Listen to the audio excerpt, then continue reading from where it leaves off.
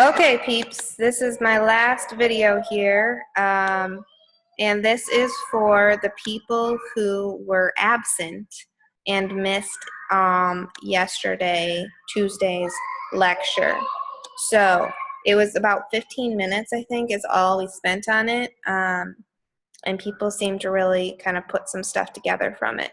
So your very first step in this process is to find the molar masses. Now, the molar masses are found by looking up at the periodic table.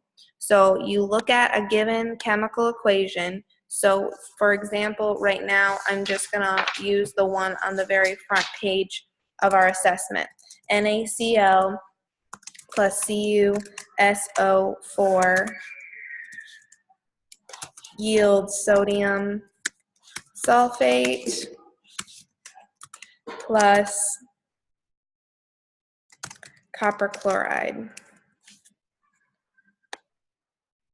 So you look at that chemical equation first thing. You pick out all the different elements from the chemical reaction. So we've got sodium in there, we've got chlorine, we've got copper, we've got sulfur, and we've got oxygen.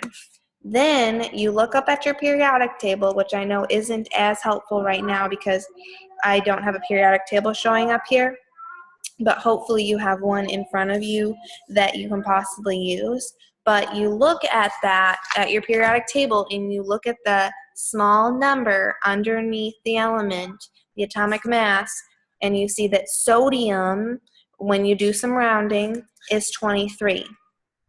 Chlorine is 35. Copper, when you look at that, is 64.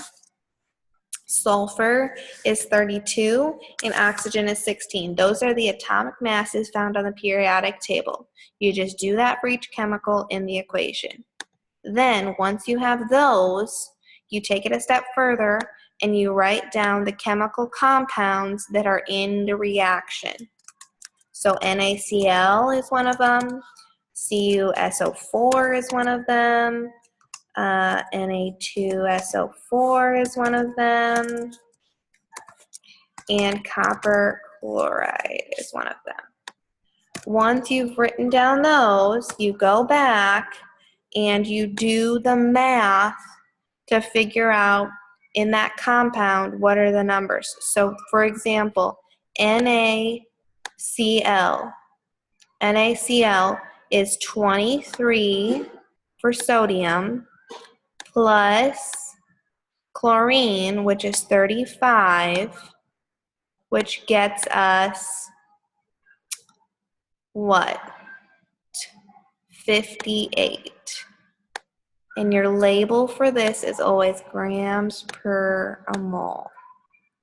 Grams per mole. I apologize for my poor writing. Then you go through and you do that for all of them. The big numbers, remember, in front of the compounds do not apply. So like in this equation, for example, there's actually a 2 here. That does not apply to the gram molecular mass. Okay, then you're going to go on, you're going to do copper sulfate. You're going to take copper, 64, plus sulfur, which is 32, plus oxygen, but there's 4 oxygens. So you've got to take 16 times 4. 16 times 4 to get your answer. Okay, so that equals 160 grams per mole. And then you would do that again for the other 2 compounds. Okay, so you can go ahead and go through and do those both. This one I'll just tell you so you can check is 142, and this one is 134. All right, so you can go ahead and find those. So that is all that we covered in the previous day. That's all we covered up until that point. One other thing that we did talk about is that you need to write down what's given.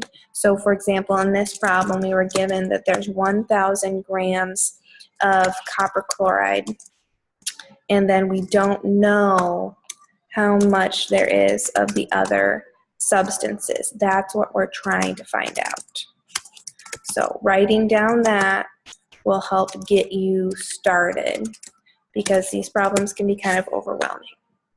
All right, so check out the other videos then after you've checked out this one.